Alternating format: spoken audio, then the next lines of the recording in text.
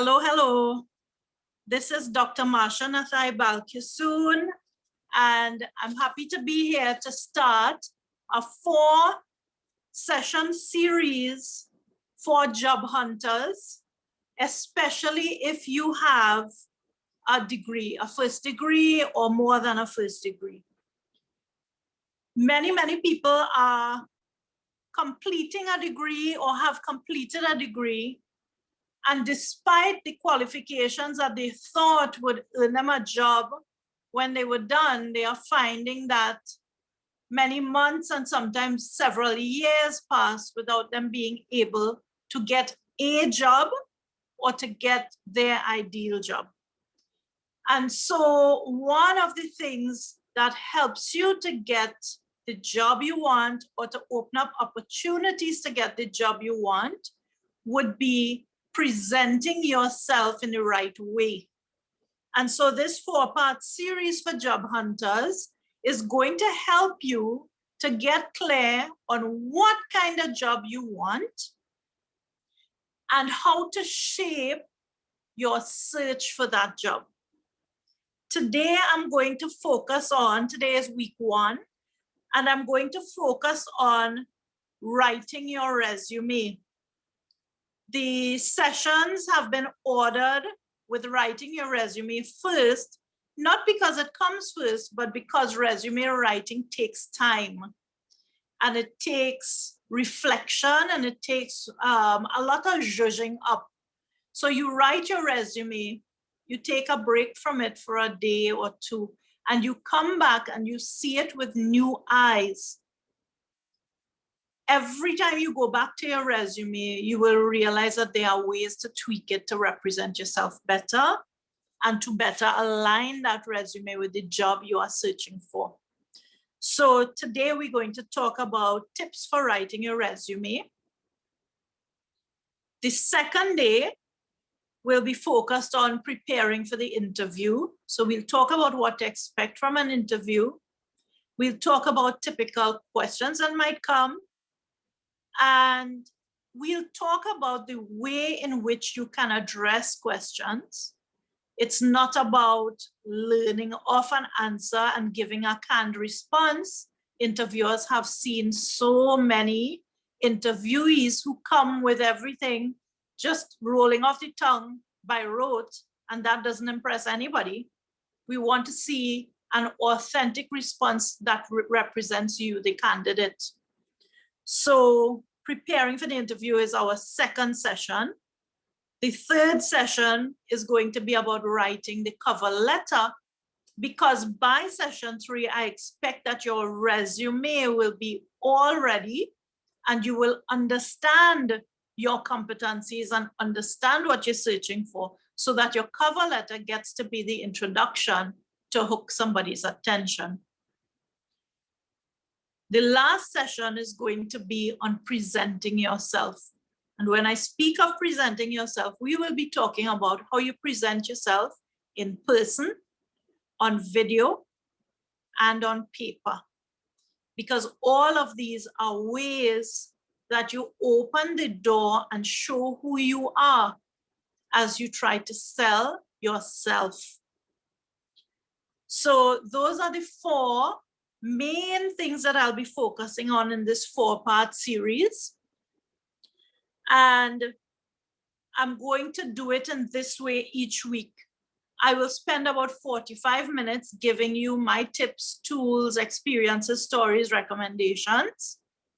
And then I will hand it over to attendees to ask any questions or make any comments that they would like.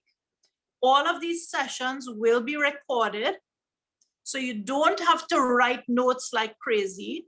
I would much prefer that you focus and internalize what we're talking about, rather than worrying about note taking so that you miss what's being said while you take notes.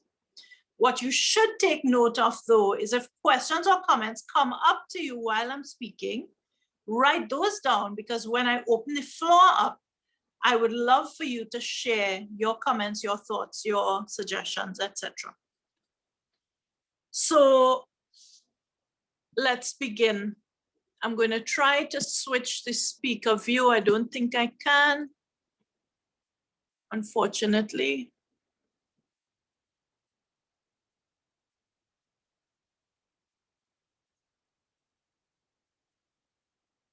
Okay, let's see if that works. Yeah. All right. So when it comes to writing your resume, everybody knows that your resume really is one of the best tools for showing who you are to potential employers. But the challenge of resume writing is that when you are graduating for the first time with a degree, many people find that they don't have any or enough work experience. And so the resume really feels embarrassingly sparse. It feels like I don't have very much work experience, therefore, will I even get my foot in the door? Employers don't want somebody who has a qualification but no hands-on work experience, is what students tell me all the time.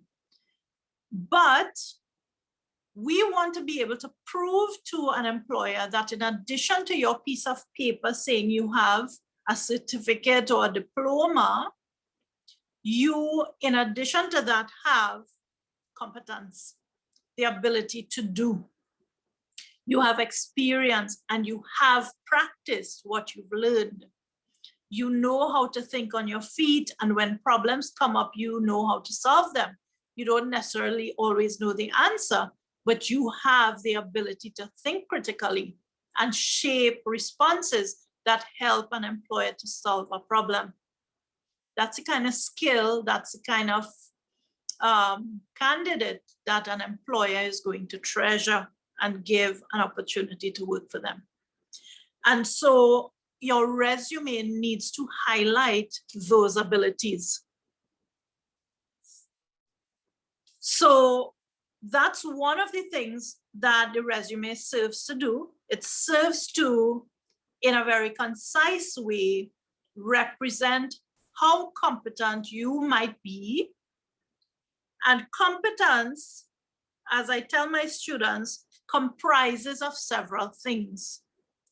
One of the elements of competence that you have already worked on if you're a university grad, or if you are almost at graduating from university, is you've been working on getting your degree certificate.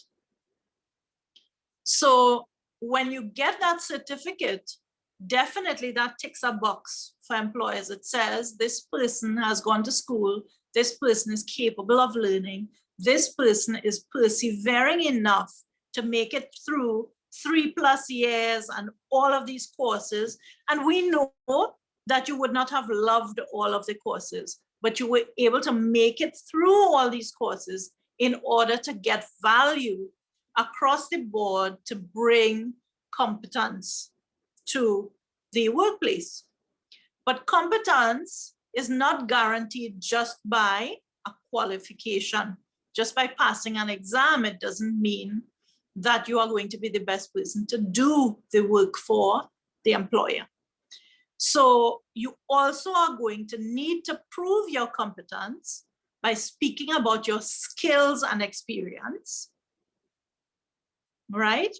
And so we have to wrap our minds around how we are going to prove to the employer that you have hands-on experience, that you have skills that you've built related to what they need, not related to what you've studied, but related to what they need. Remember that your resume is not about, here's who I am, you have to hire me. Your resume has to be, here's who I am, and let me show you why I am the ideal fit for what you need. People do not buy what they don't need. And so you are going to have to align your resume with their needs. And we will talk about how to identify those things, right? The other thing is that you do not apply for jobs that don't fit your needs. You have to determine what kind of job you want, what's going to fulfill you, what's going to develop you to the place your ambition or your purpose is going to take you to, right? So I want to reach there, and I can't reach there right away, but what is this stepwise kind of fashion that I'm going to build myself there, and which jobs are going to help me to get there? So you have to have a clear vision for yourself. You have to clearly understand what all the employers out there want, and then you have to select the right vacancies to apply for. Or if there are not vacancies, you are going to have to craft your application in such a way that people see this is what you bring to the table, and they need that so that they'll give you a chance, right? So your resume writing is your way to open the door, because that has to hook people, right? So those are the things that we want our resume to do. We want our resume to show our qualifications or certification. We want our resume to show our skills and experience, and those get wrapped together in a lot of ways. And the last thing that our resume needs to do, and this is the hardest one, but it's sometimes the most important one. In my book, it's the most important one. And that is your resume needs to convey your attitude. Think about 500 people graduating with your same degree at the same time as you. If 500 people want the job you want, and there's a space for one person in that company, then the employer's job is to screen those 500 applications, get it shortlisted to maybe 10 people that they think might be better suited to the job, and then interview these 10 people to see who shines. And what tells me that you are the best person for the job is not necessarily, and it's rarely, whether you are the smartest person in the room. It may not have anything to do with the fact that you are the only one who got a first-class degree, for example, if you cannot show me that you have people skills. Why? Because nobody in an organization works by themselves.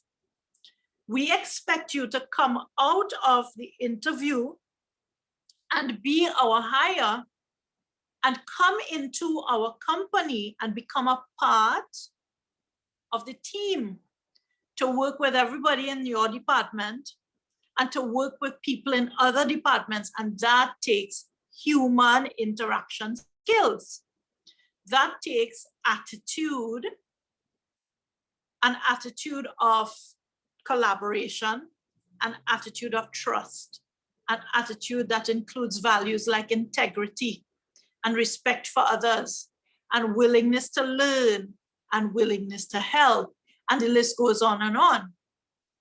How do you infuse your resume with these attitudes and values so that they see those things shining off the page and say, this person looks like they might bring what we need to really be adding value as a part of our team. Even though they are junior, or even though they are young, we don't think that they are going to be a liability to us. We actually think they will bring value, right? We also want your resume to earn you respect. We don't want you to come into the job and people see you only as the clerk or as the person that they give to photocopy all the time.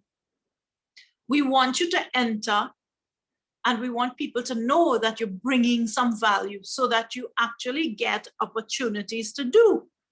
The more you do in your job, the more you build out your resume, and the more future opportunities you have within that job for upward movement, as well as outside of the job.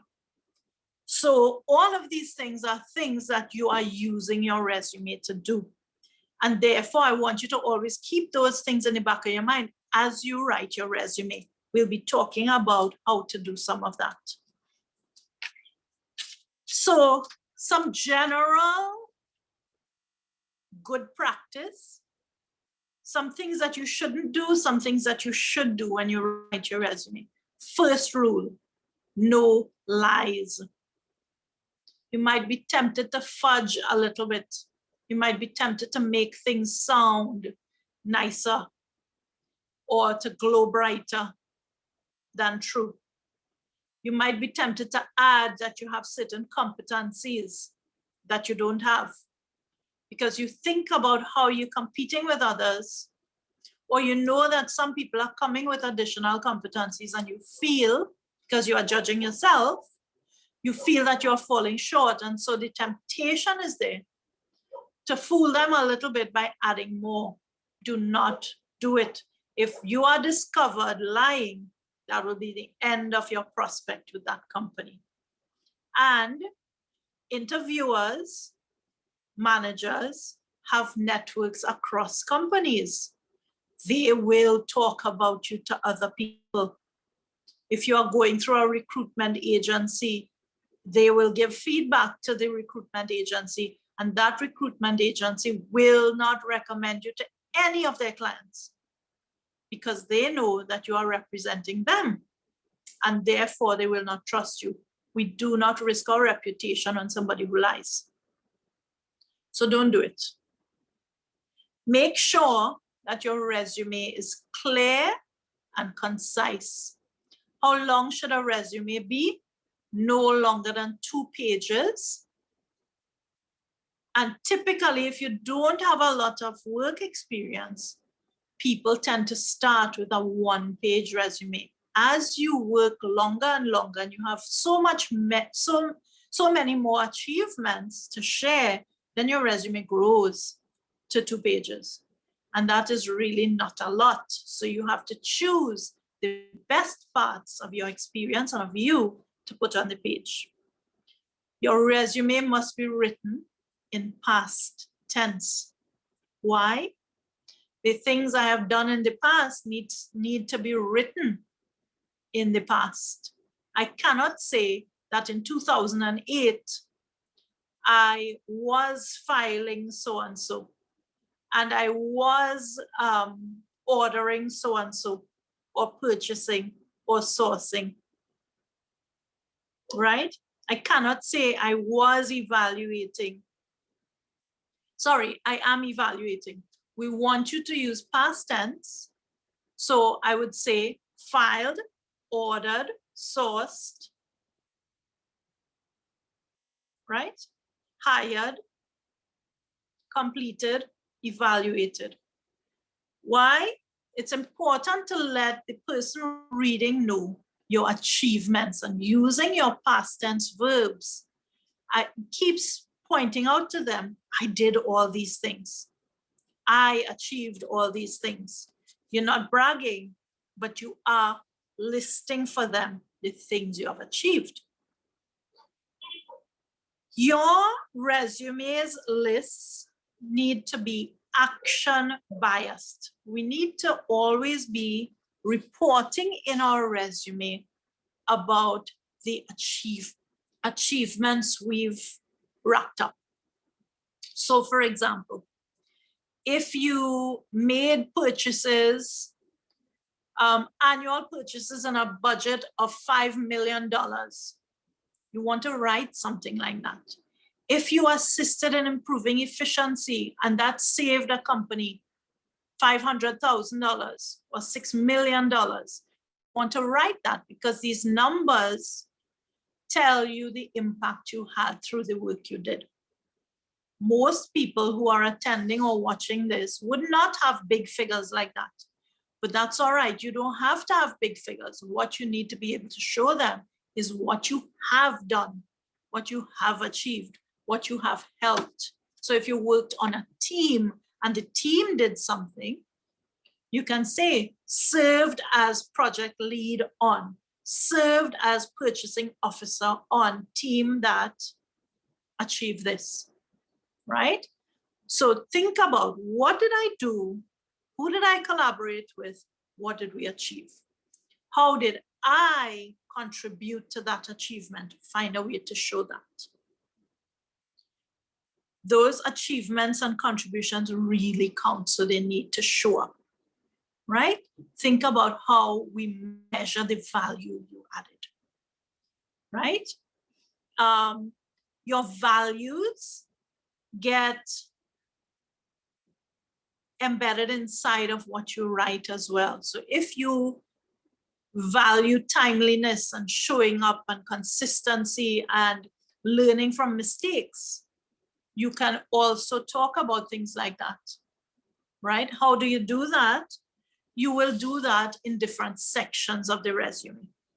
So let's talk about the sections of the resume.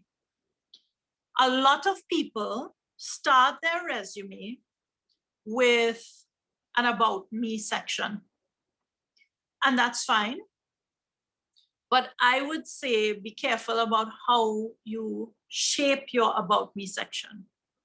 In my case, when I used to do a resume, my resume started with a header. I created a header for myself that had my name, Marsha Nathai Balkisoon.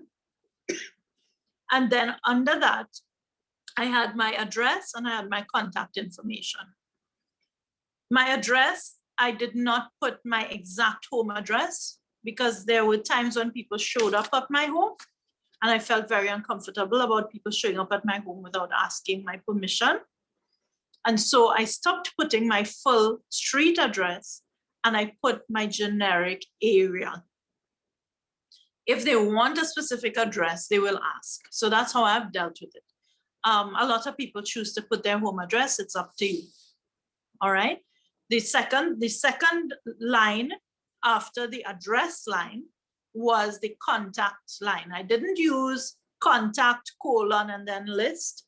I just put my email address, a little separator, a bullet or a straight line, my phone number, bullet or a straight line. And now in this age of social media, you might choose to put one of your social media handles. So if you're very active on LinkedIn, which is a professional network, you might put your LinkedIn name there, right? Or if you're active on Instagram, you might put your @Marsha Nathai Balkisoon there, right? So you could decide. Now, be very careful when it comes to your social media identity. If you have a personal social media page and your personal social media page is full to overflowing or full of political opinions, religious opinions, things about different groups of people and your judgment of those groups, be very careful, because employers know how to do their due diligence. I, as somebody on a panel for interviews in the past, have gone and searched for people that I'm going to interview because I want to see what kind of person they are. And I've found some very questionable things that have made me feel very nervous about bringing that person into my organization. So make sure that you put your personal social media profiles on private. If you want to continue using them in that way, better yet, have your personal media profile on public and show everybody that you are a very tolerant. See, we see your attitude and your values through your profiles. So if your profile represents you as an inclusive, supportive, collaborative, honest person with integrity, we're going to love looking at your profile. If your profile shows motivation, inspiration, aspiration, support of others, celebration of people who don't necessarily feel or look like you, as well as people who look and feel like you, then that shows that you are going to be a wonderful addition to the workplace for the company that you're looking to join, right? So consider what people will see if they search for you on social media, and consider if you want your contact information to include a specific social media handle. We will talk about which social media you could use to build yourself up as we go through, because sometimes you wait for a while to get a job. So I actually have some tips about how you build your reputation and your expertise and so on social media, and start getting yourself recognized and start building your competence and giving yourself opportunities, even if they are not full-time jobs. All right, so we're going to talk about that as we talk about, as we deal with this 4-part series. After we identify ourselves, some people in identifying themselves put a full body picture or put a picture of their face, a headshot. I would say stay away from that, because you don't want to be hired based on how you look. Chances are the people who are interested in evaluating you based on how you look are going to be discriminating based on how you look. And you want to work for a place that's not going to discriminate based on how you look, right? No employer has the right to ask you to post pictures of yourself as part of the evaluation, unless it is a job to do with face and body, such as modeling, right? So in those kinds of jobs, of course, you submit headshots and portfolios and so on. But for regular job applications, I would say stay away from putting photos of yourself. Just a quick note on the email address that you use. Make sure that your email address sounds professional. So my email address would be some version of my name. If your name is Sam Brown, then you could write sambrown@gmail.com, right? You could write samb@gmail.com. You could write sambrownmarketing@gmail.com, right? So think about, or S Brown, BSc Marketing, that sounds a little bit long. You want to make your email as concise and as professional sounding, and then there is nothing more suitable for you than to write your name. In my case, my name is a tough one for some people, especially people outside of our culture.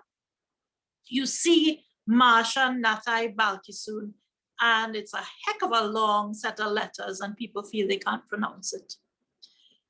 That means that if I write Marsha Nathai Balkisoon at yahoo.com, chances are when somebody tries to type it to contact me, they might misspell it. They might leave out an S, they might leave out an O, they might put in an extra letter, right? So when you have a difficult name, or a name that is perceived as difficult by others, you can find a way to make it more approachable. So I sometimes use something like Marsha NB. So my website, for example, I wanted to write marshanathibalkisoon.com. And unfortunately, a lot of people would not have found me because it's a difficult name to them. So I changed it to marshanb.com. Yeah, and I don't think people will forget that one, because it just so happens that NB also means note well.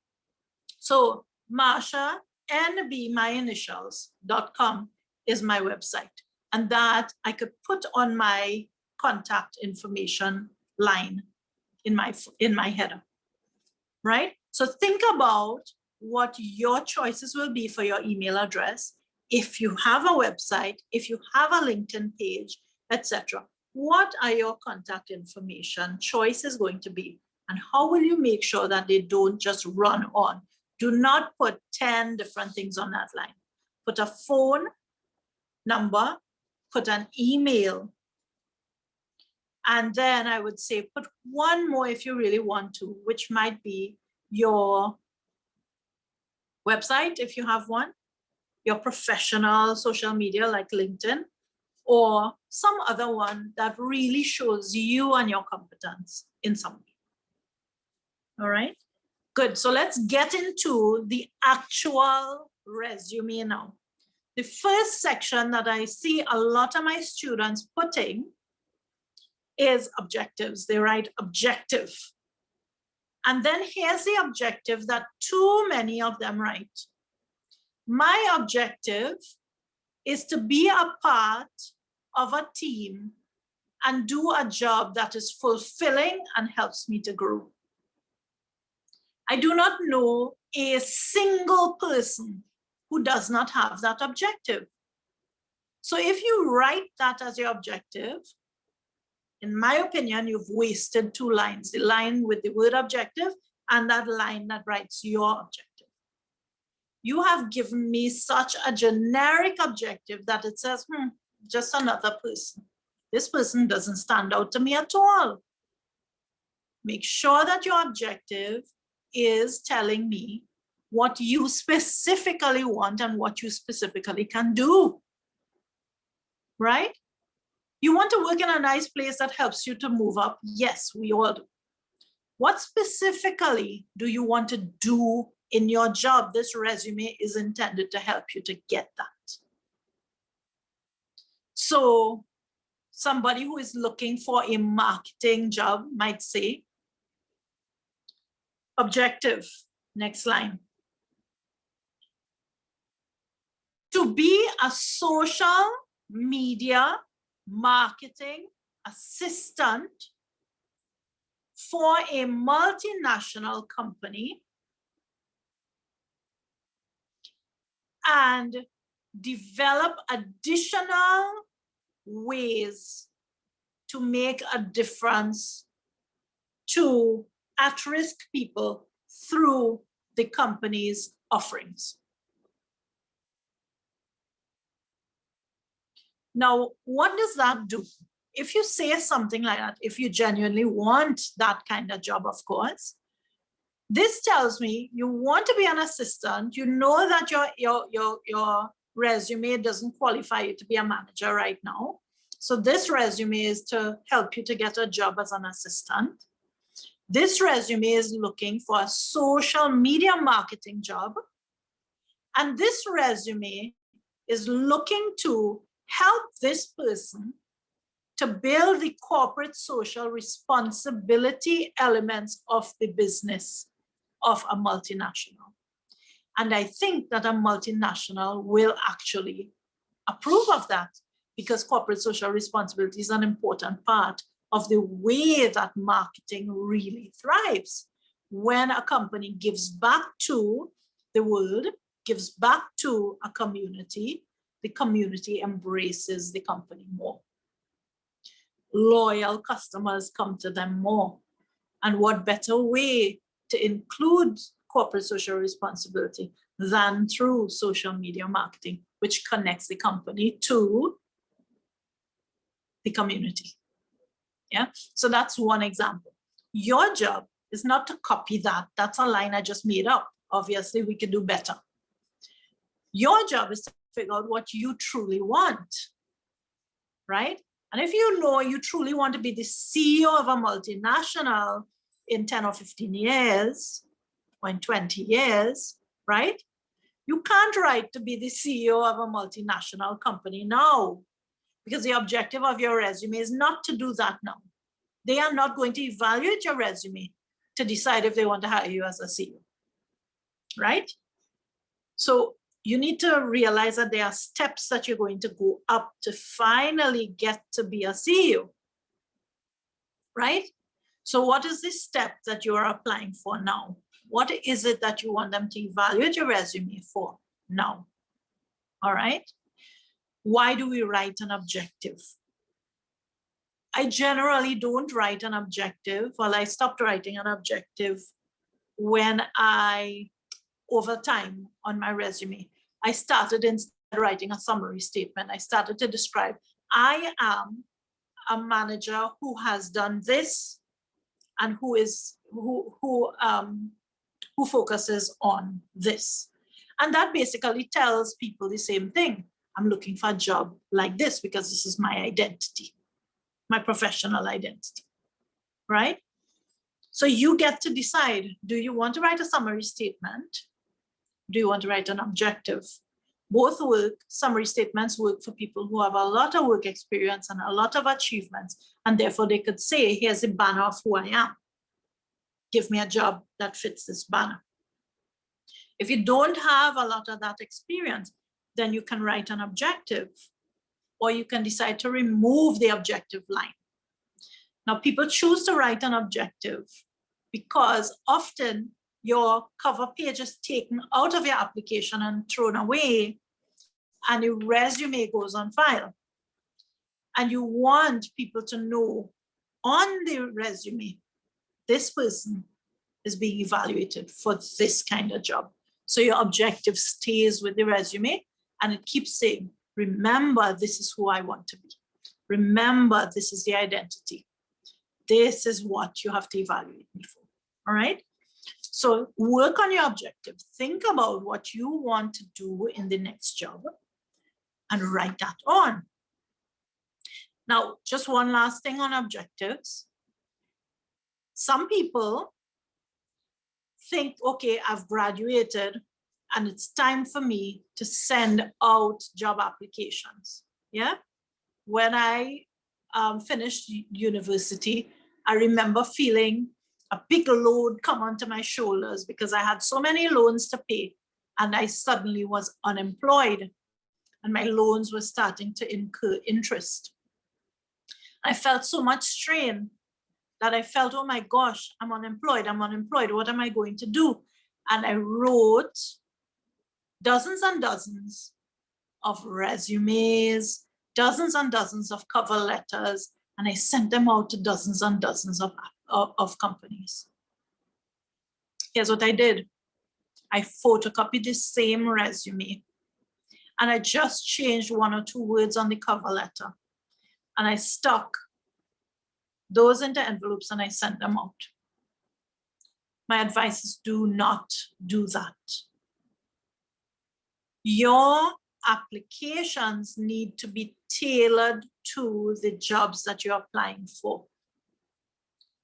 If you are applying for a marketing intern job, your resume needs to highlight different skills compared to if you are applying for an executive assistant job.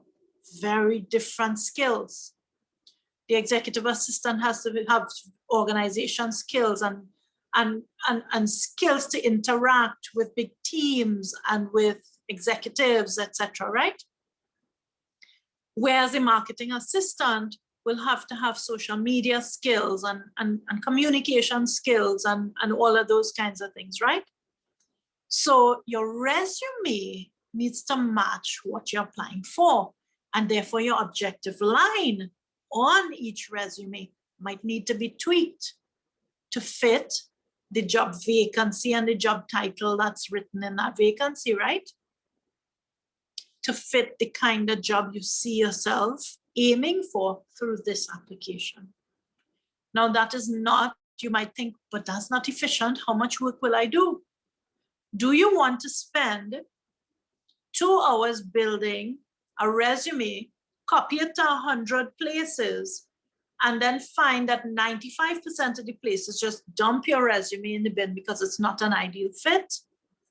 Or do you want to spend 10 hours building up 20 resumes that are tailored to 20 jobs and find that 95% of those are actually shortlisted?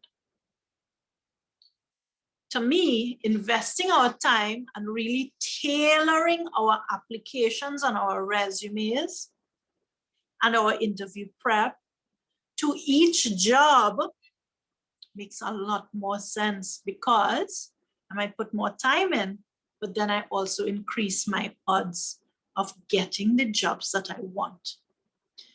Apply to fewer, make sure it's a much higher quality application, because you want to represent yourself as a high quality candidate, right?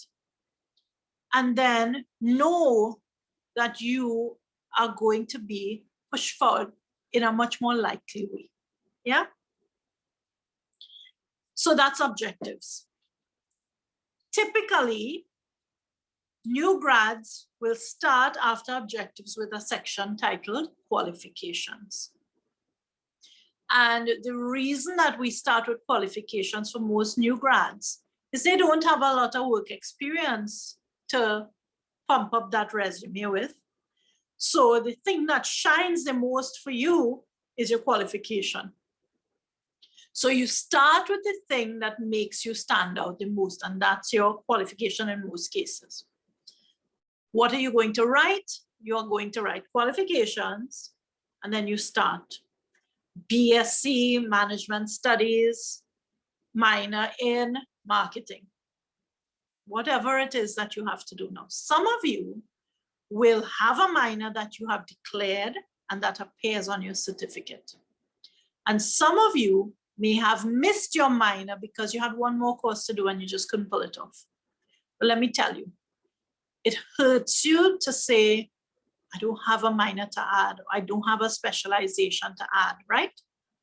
Somebody else has two minors as well as their focus area, and I don't have any, and therefore I look less. You don't. You don't. You can use your cover letter to highlight additional areas you've focused on, even if you don't have a minor on your certificate, right? And we'll talk about that. And you can use your resume to highlight areas that you've excelled in or that you've loved beyond just the title of the BSc. And we'll talk about that today. All right. So your qualifications say, this is the degree I have. It might also say, this is the kind of GPA I had. So you could list your GPA, or you could say first class honors, upper second class honors, lower second class honors, right? This is just something for those of you who feel, I got a second class and therefore I feel second class because I wanted a first class and I feel embarrassed. Or I got a past degree and I feel embarrassed. Do not be embarrassed. Makes no sense. Makes no sense. I missed my first class in industrial engineering however many years ago, 20, 25 years ago. I missed it by 0.1 of a point or some nonsense like that. And it hurt, it really hurt. However many years later, I can't even remember what the amount I missed it by would have been, because it doesn't matter. I have become somebody who enjoys what I do.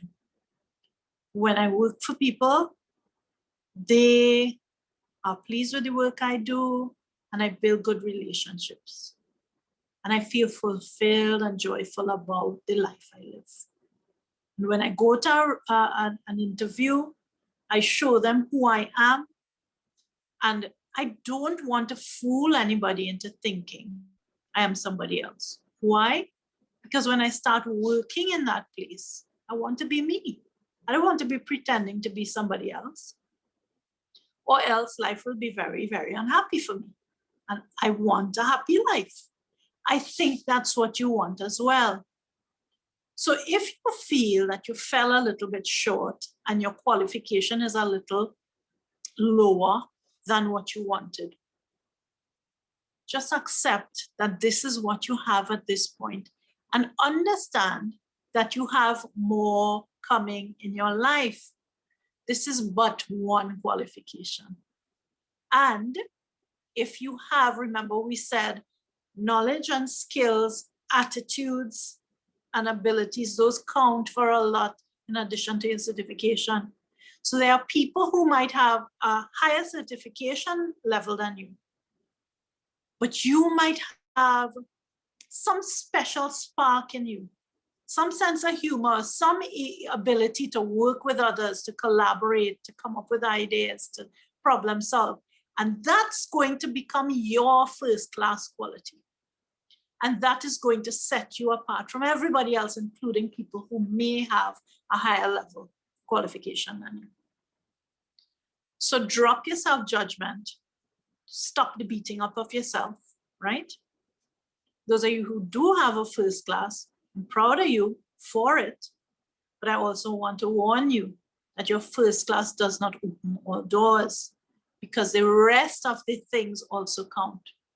So work on interpersonal skills, work on showing all of these additional abilities that employers want, because you need to be a full package in order to add value in the organization.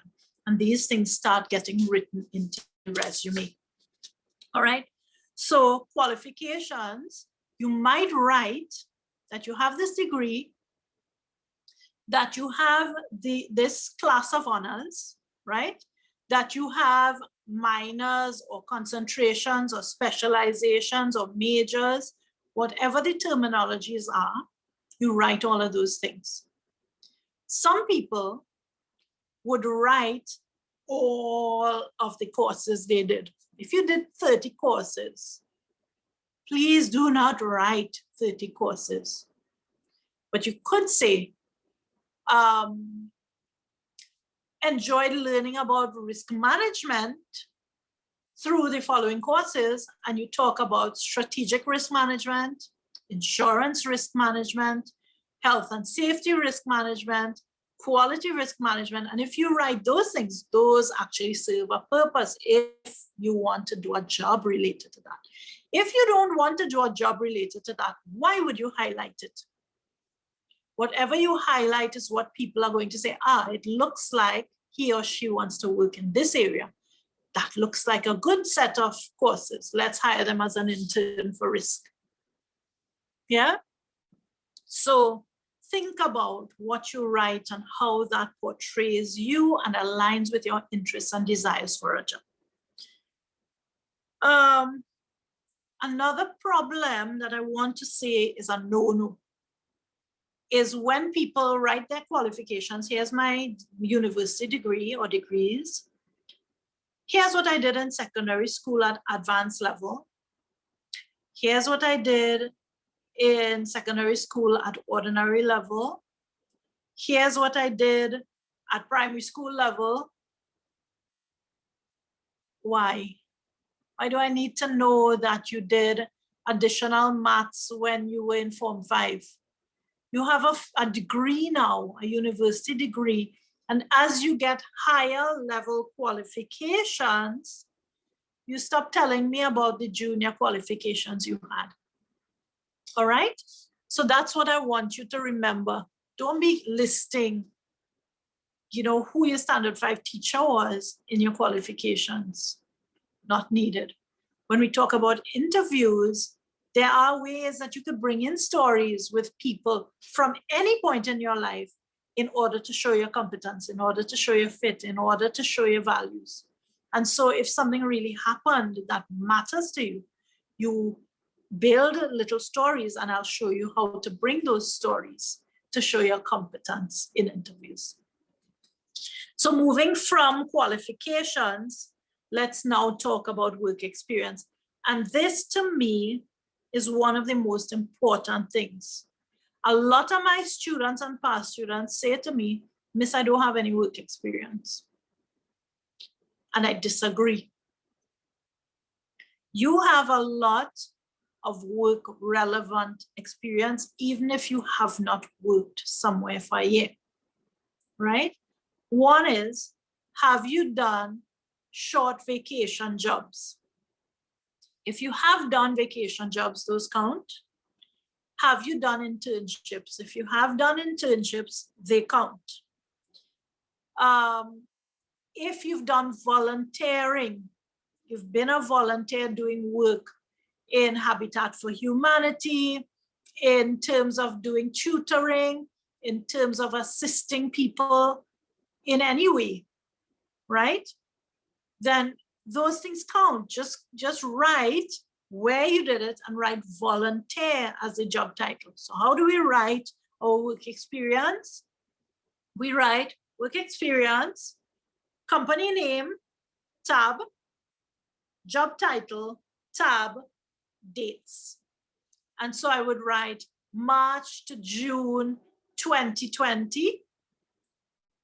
And if I did that 5 years running, I would say underneath 3 months each year, starting from 2015 and running until 2020 or something like that, right? So you write company name, job title, I was a volunteer, whatever, right? And then 2015-2020. And you've given the details below. So that's fine. So all of those to me count as work experience.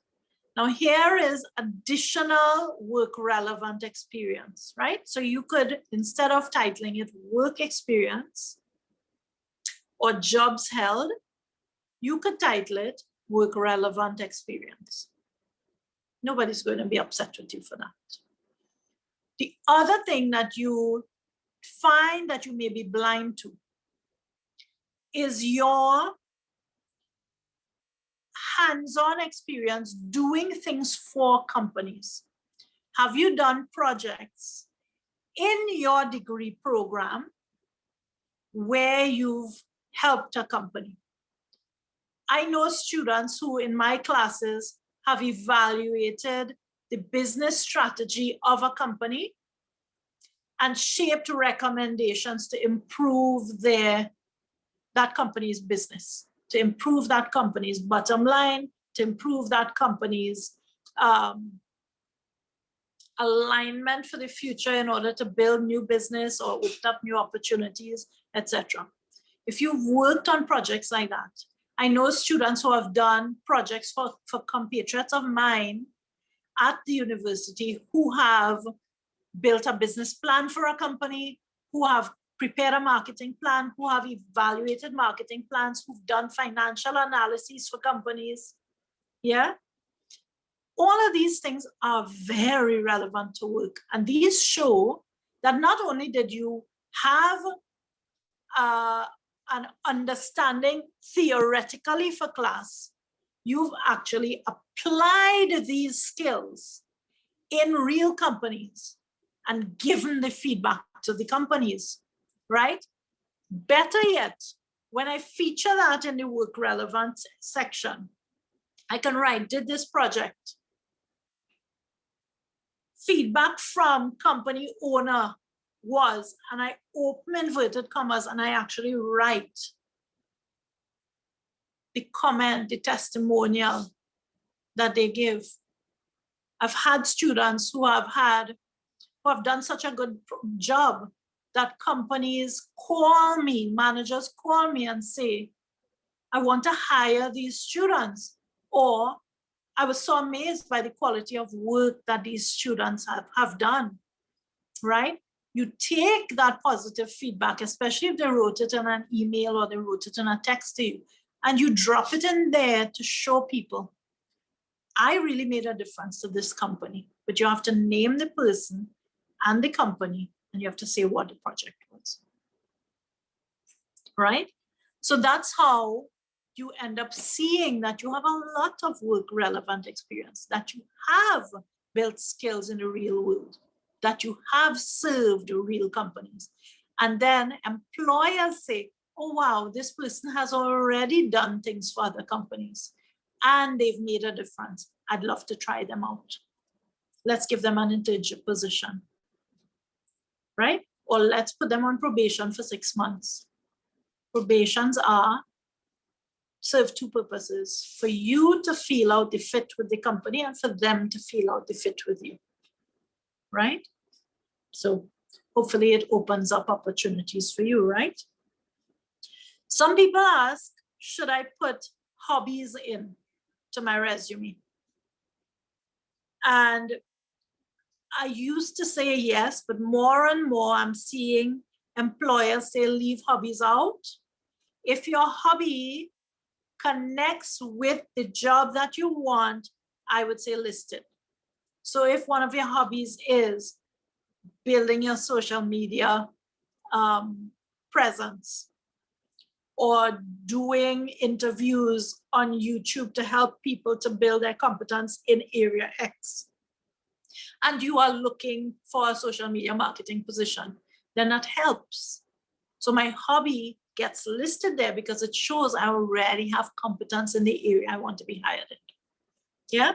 So you highlight, if you list hobbies, you highlight the hobbies that align with the job you're looking for. If it is an analytical post and you love playing chess, if it's a strategy post and you love playing chess, then you might want to write it. If it's an active position and you are a sportsman or sportswoman, right? Then you want to write it. You might want to write if you've been a national sportswoman or sportsman and you've gone and represented the country, because that talks about community service, it talks about fitness, it talks about your values, it really represents who you are, right? So you can talk about your volunteer work, you can talk about your service, you can talk about your hobbies, but try to list things that really fit with what you want to do. Okay? Should you write awards and prizes?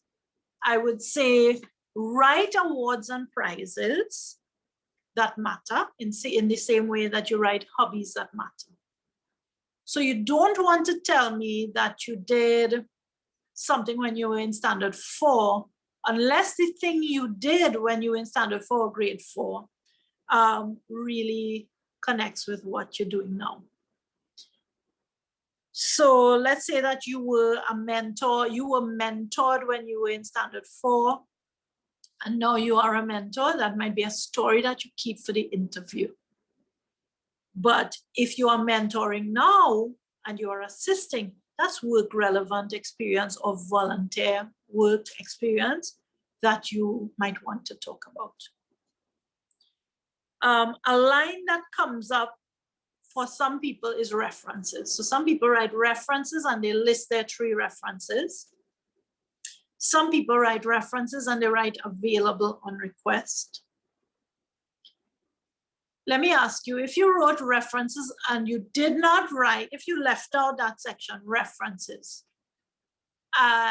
do you think the employer, if they wanted references, might call you up and say, listen, send us 3 references? That's the truth.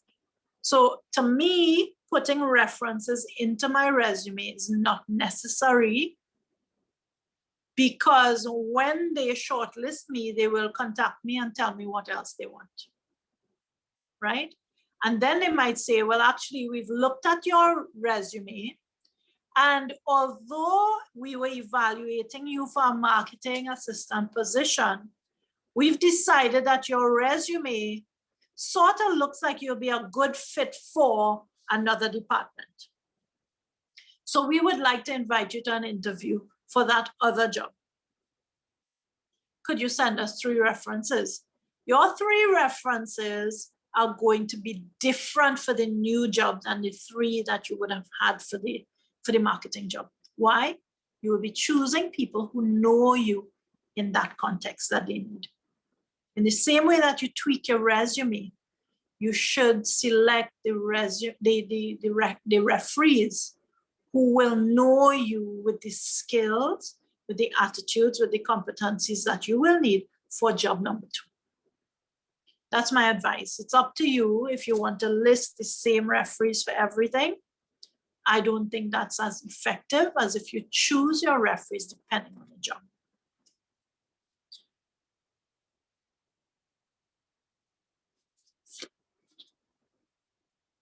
All right. So we have gotten to talk about all of the main things for your resume. Just one more note, and then I'm going to pause and open it up to you for questions, for comments.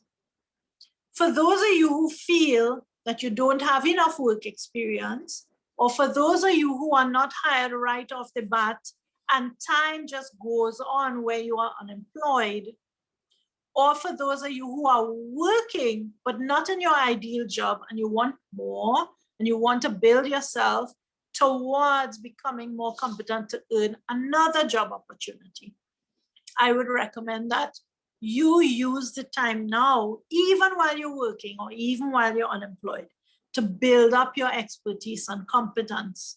And some of the ways that you begin doing that, see this as a part of your job on the side.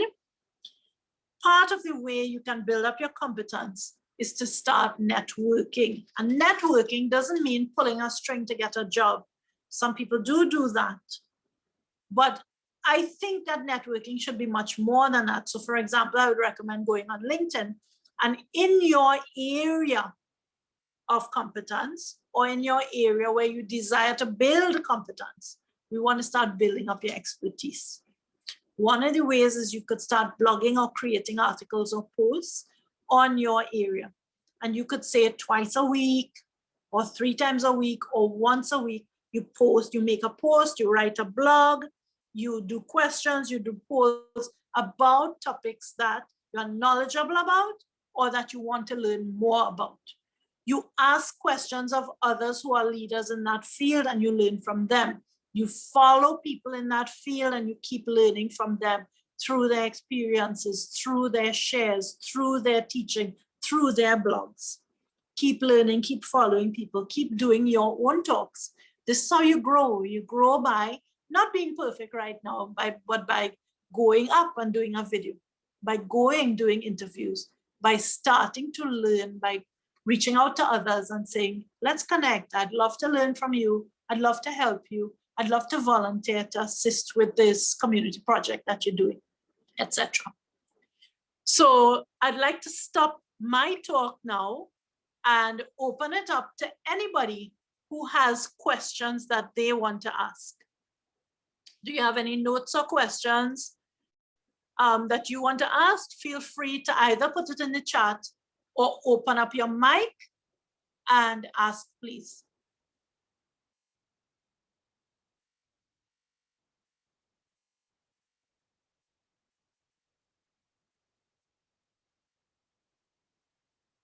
Have I answered the questions that you came here with? Have I given you the guidance that you needed so that you could start writing or reshaping your resume?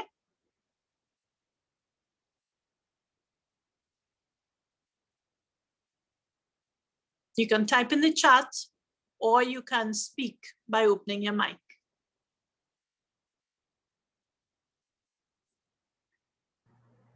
Hi, Miss. So Hello. you basically answered the questions that I have with regards to this session today, because I wrote down one of my questions was like, as a student with no job experience, like how do you pick your references?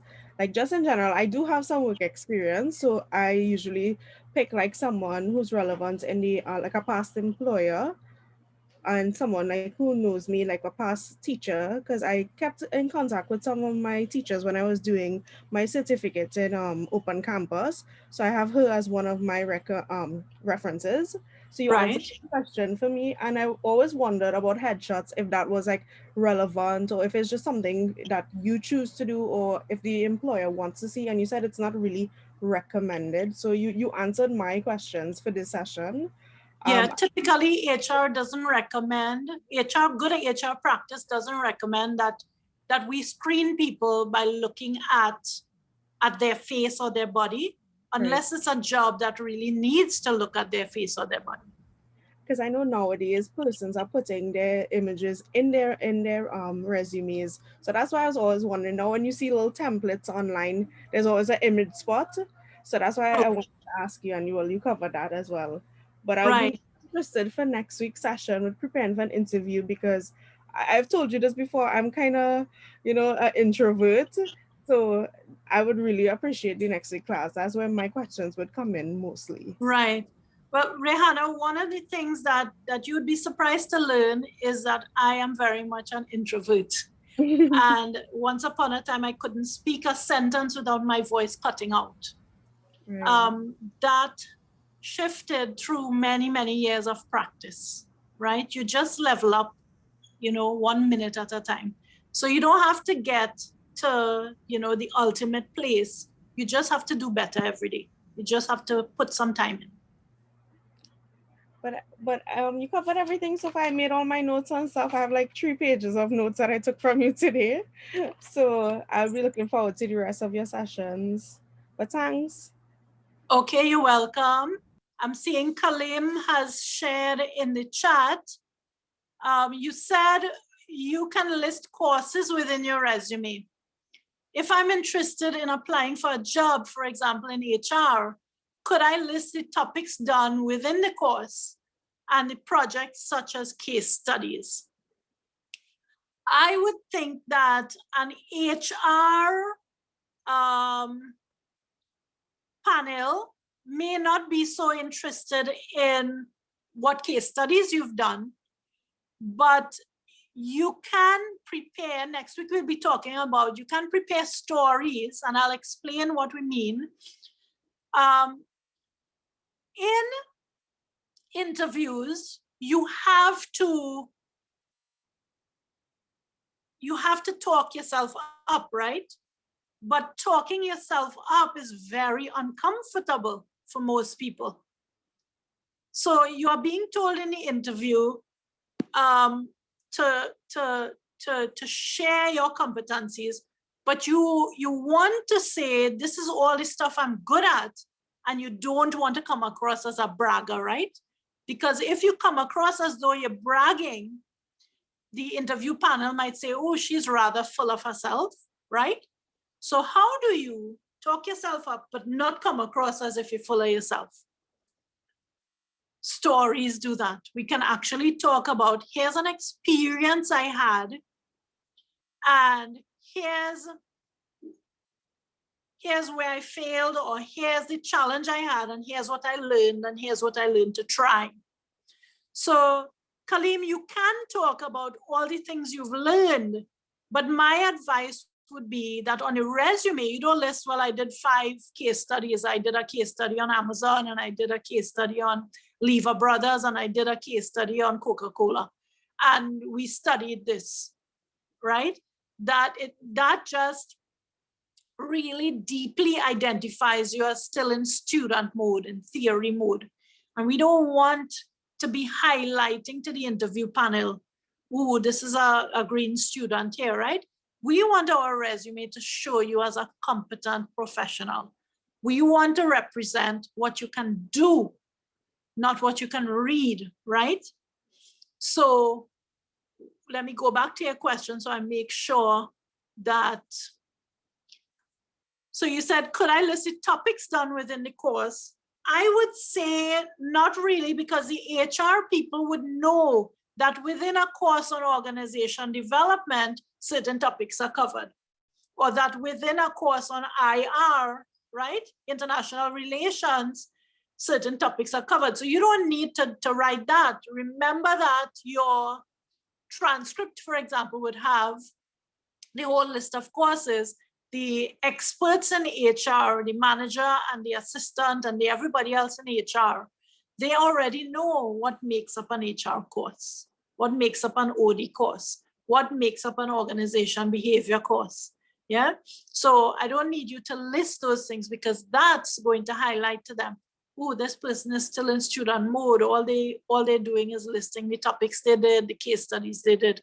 And that actually may turn them away from you and say, listen, I need somebody who is more likely to be practical than this person who might tend to want to read more, right? So next week, we'll talk about how we're going to draw from your life experiences that show your practical ability. and your ability to learn, your ability to fail and stand back up, try again, because those are attitudes and those are experiences that really count in the workplace. Anybody has any more comments or questions? Kalim, does that help?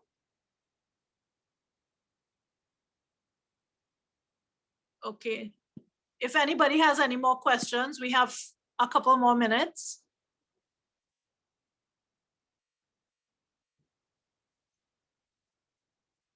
All right, so if I'm not hearing more questions from you all, this is what I would like to end with. Let me just sort out this a minute.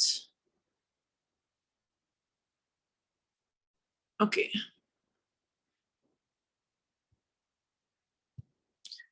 Okay, so the last thing that I want to encourage you to do is, I have not told you the format of a resume, like the specific format for your resume that you need to choose. There are many formats for resumes. You will find in Word, in Microsoft Word, they have templates available, so you can check out those templates. But recently, on places like LinkedIn, strangely, I've talked about LinkedIn about 3 times in this session. But in places like LinkedIn, some people actually put up samples of resumes. And what you will learn by doing a search for #resume or #resume layout would be that there are many different looks to resumes. And they are refreshing new ways that people have to present their resumes that make it easier for the recruiter to scan the resume. Like your eye will fall to the left top and you see one part, then your eye falls to the left, to the right top, and you see another part of the resume. And the way that you formatted the resume really makes the resume easy and friendly for the recruiter to read. If your recruiter has enjoyed scanning your resume and is able to find information that shines for them because of your layout, then chances are you will have an easier time getting into their shortlist. So play around, do a little research, and find the different ways that resumes could be formatted and see if that helps. Because I feel like if I were writing a resume now, it would not be the traditional format that I used to write. It would have the same content, but it would look much easier on the eye and kind of help them flow through and help things to stand out that I want to stand out, right? So go do your research, and before next Wednesday, I would like you to have drafted up your resume so that when you come to the second session next Wednesday at 12 noon Eastern, you would actually have something from which we could discuss. If I were going to interview you, how would you highlight the things that make you the best candidate, right? Those are the kinds of things that I want you to start thinking about this week, so that we can find your particular special bright sparks and make sure that those show up, that we figure out how to highlight those when we walk into the interview, so that the interviewer during the interview says, wow, we really have a gem here. That's what we need to do without you sounding braggy. All right. So I will see you all next Wednesday at 12 noon. Thank you for coming to this live session. And for those who have friends who want to come, I will be posting this on my Facebook, on my YouTube channel. And my YouTube channel's name is Marsha NB, MARCIA-NB. And the post should go up by tomorrow at latest.